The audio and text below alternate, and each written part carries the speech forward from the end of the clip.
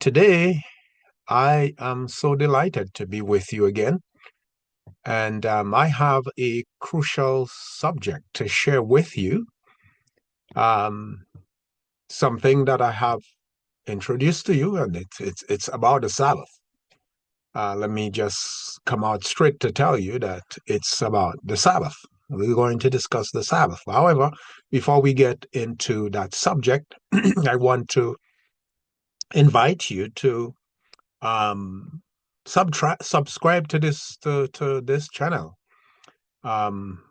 This platform is a place where you will hear the uncompromising truth, and it is where the truth will push back against error and human traditions. And so I want to encourage you to subscribe and help me share this message, these wonderful truths for the end time. And we're going to deal with a lot of end time messages. And so I want to thank you for viewing, and pray that you will share this video with others. If you are not a subscriber, please subscribe and share. Today, I want to talk about the Sabbath with you, and I want you to keep an open mind. If you are not a Sabbath keeper, I want you to keep an open mind. um, Many people have different views about the Sabbath, and sometimes when you hear about the Sabbath, you think you're talking about the seventh day Sabbath, but it's the first day Sabbath. But today I want to talk about um, the Sabbath of the of the of the um, of the fourth commandment, the seventh day Sabbath. All right. I want to begin by establishing this important fact that the seventh day Sabbath is one of the Ten Commandments. All right. The Sabbath, the seventh day Sabbath, is one of the Ten Commandments. The Sabbath is the fourth commandment, and it belongs in the first table. When God handed down the Ten Commandments to Moses, he gave him two tables of stones, and written upon them were the words of the Ten Commandments. And I want to also to tell you that God himself wrote the words of the Ten Commandments. It was not given to Moses. It was God who wrote them. And you can find that in Exodus chapter 18 and verse 31. And so, on the first table, there were four commandments, and they describe our relationship to God, our responsibility to God. In command number one says, thou shalt not have any other God or gods before me. I am giving you a short version of this. You can find the Ten Commandments in Exodus chapter 20, verses 3 to 17. All right. Command number two says, thou shalt not make unto thee any graven image. Number three says, thou shalt not take the name of the Lord thy God in vain. And number four, that's on the first table, remember the Sabbath day to keep it holy. These four commandments were on the first table, depicting our relationship and responsibility to God. On the second table, were the last 6 of the commandments, namely, number 5, which says, honor your father and your mother. And number 6 says, thou shalt not kill. And 7 says, thou shalt not commit adultery. And number 8 says, thou shalt not steal. And number 9 says, thou shalt not bear false witness against your neighbor. And the final one, number 10, says, thou shalt not covet. These have to do with our relationship or responsibility to our fellow men. Now, have you ever asked yourself, why of all the 10 commandments, the 4th one is the only one that begins with the word remember? All of the other commandments says thou shalt not, except the one that says honor your father and your mother. But the only command or commandment that begins with the word remember is the 4th commandment. My friend, this is not coincidental. Rather, this is prophetic. You know, Seventh-day Adventists have been called all sorts of names, including cults. But one thing is not worthy about Seventh-day Adventists is that the understanding of prophetic events is spot on. The name Seventh-day Adventist is a testimony and witness to the rest of the Christian world that God has called this group of people together to remind the world of the 7th-day Sabbath and the soon coming of Jesus Christ. This is in the name Seventh-day Adventist. We believe that we must obey the 7th-day Sabbath, and that as Adventists, we look forward to the second coming of Jesus. And this is why God has called us to prepare ourselves and the rest of the world for the soon coming of Jesus, and to remind the world to pick up the commandment that they have forsaken, the 7th-day Sabbath. Going back to the 4th commandment, my friend, it is not a coincidence that God asked his people to remember the Sabbath, to keep it holy. God knew that throughout history, the 7th-day Sabbath would be under attack by Satan, and people would forget the Sabbath and turn to man-made laws and traditions. God, looking down through the corridors of time, foresaw a time when humanity would forsake the only thing that would remind them of their Creator. Hence the reason why he prefaced the 4th commandment with the word remember, and not thou shalt. God knew that man would forget.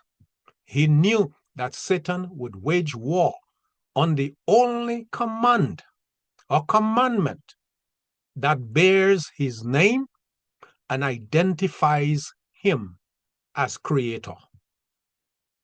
God knew that Satan would darken the minds of many and prevent them from seeing the truth that the Sabbath reveals about the Creator, his right to receive worship, his authority over heaven and earth, and his title to rule over everything. This has been Satan's ambition. He has always wanted to be worshipped. He has always wanted to be like God or be a God. So the thing is, if Satan can manage to turn humanity's attention from the seventh-day Sabbath, but by default, they would be worshiping him. And I'm going to show you that. I am sure that you have heard a lot of arguments on the Sabbath and why the Sabbath is not important. It is not required for Christians living in New Testament times, and it is given to the Jews, or so forth. And you get a whole lot of discussions on that.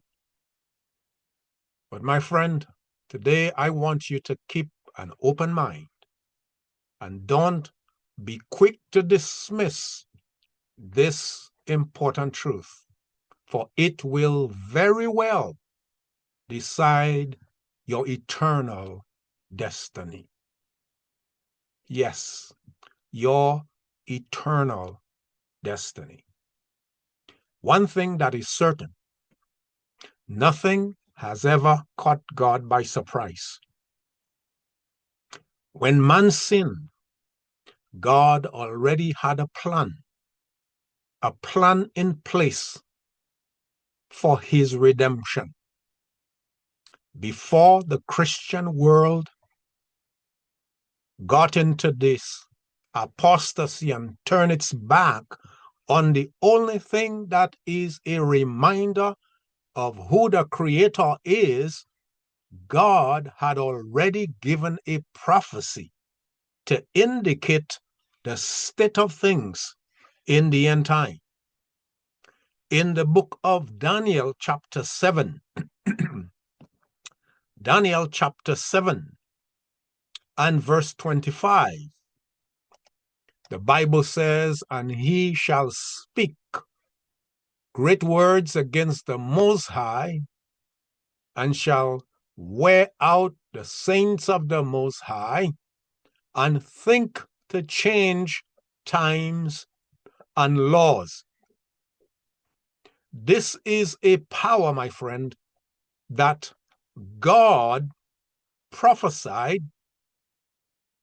that would come in the end time, that would think to change times and laws.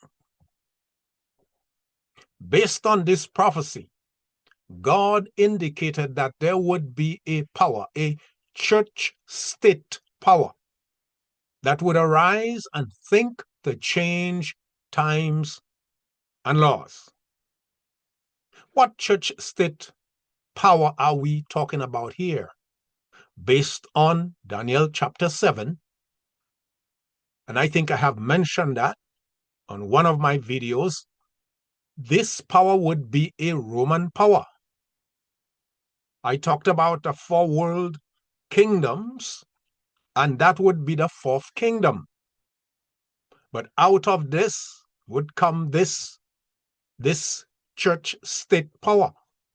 And the prophecy indicated that out of Rome would arise a church-state power that would wage war on the 10 Commandments of God.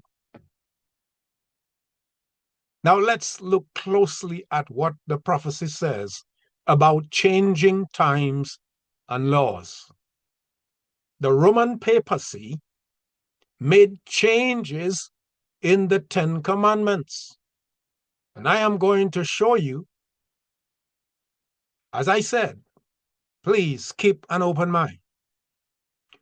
The church removed the second commandment. And you can look in the Catholic Catechism book, any catechism, and you will discover that the law has been tampered with, one of the commandments has been removed, and the fourth commandment has been changed. So the church removed the second commandment, which says, "Thou shalt not make unto thee any graven image or any likeness of anything that is in heaven above, or that is in the earth beneath, or that is in the water under the earth." And that is in Exodus chapter 20, verses 4 and 5. And what they did, they moved the third commandment into second place and the fourth into third place. And so with the rest. And to maintain or to have 10 commandments, they split the 10th commandment into two to make 10. Don't take my word for it. Look it up. In any catechism of the Catholic Church and compare their version with the 10 commandments of God found in Exodus chapter 20, verses 2 through 17. The prophecy said they would change times and laws. The law has to do with the tampering of the 10 commandments of the law. The changing of the times has to do with the change of the seventh-day Sabbath. The only command that deals with time. 6 days you shall labor, but the seventh day is the Sabbath of the Lord thy God. This is the only commandment that deals with time, a 24-hour period of time set aside for holy use. Now, how important is the Sabbath? That God calls on all to remember it. The Sabbath is the only commandment that identifies who is the Creator. Why is that important? Because two powers are striving for the control of our souls, God and Satan. Let me read the Sabbath commandment. Again, the full Sabbath commandment, which is found in Exodus chapter 20, verses 8 to 11. And later on, I'm going to show you something that maybe some people have not noticed. Let me move this. Remember the Sabbath day to keep it holy.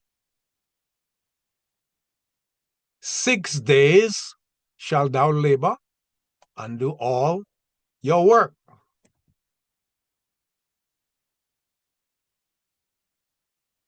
But the seventh day is the Sabbath of the Lord thy God. In it thou shalt not do any work, thou, nor thy son, nor thy daughter, thy manservant, nor thy maidservant, nor thy cattle, nor thy stranger that is within thy gates. For in 6 days the Lord made heaven and earth, the sea, and all that in them is, and rested the seventh day. Wherefore the Lord blessed the Sabbath day and hallowed it. I want you to notice what I underline here, and I want you to underscore this in your mind. The Lord made heaven and earth, the sea, and all that is in them. So, my friend, it is important to understand that God blessed this day.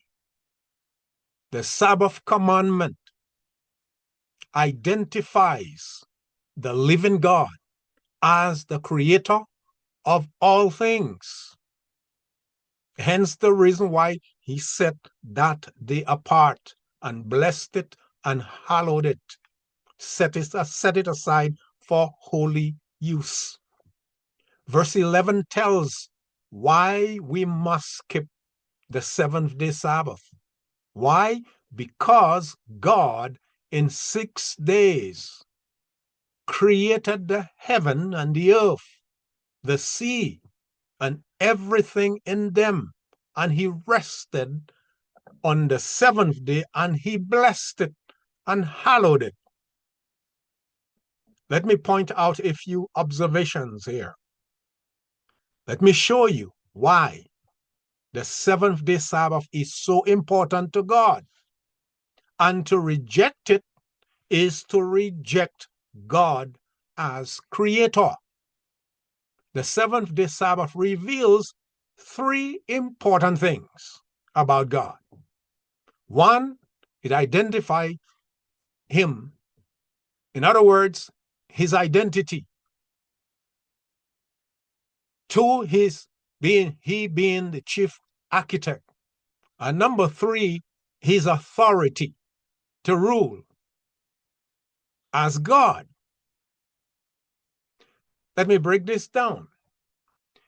Many Christians mock Seventh-day Adventists for the understanding of the seventh-day Sabbath as the seal of God, or containing the seal of God.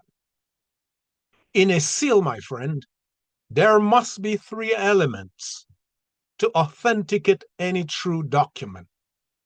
For example, any official document of the federal government, the United States, must have the seal of the United States. And what you will find in the seal of the United States are three things, three elements. Number one, the name of the commander-in-chief. And two, his office, and that would be president. And three, the territory over which he has jurisdiction, and that would be the United States of America. So you would have the name, you would have the office, and you would have the territory. The same is true of God as the supreme ruler of the universe. When God gave his law to mankind, my friend, at the heart of that law, he is identified. He identified himself as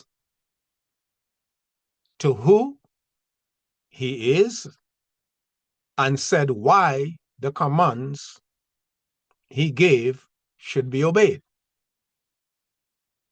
I want to show you this in the text that we just read from Exodus chapter 20, verses 11, or rather verse 11, and show you why Seventh-day Adventists believe that the seal of God is found in the seventh-day Sabbath. Remember the three elements I told you that must be in a seal: the name of the lawgiver, his title, and the territory over which he rules.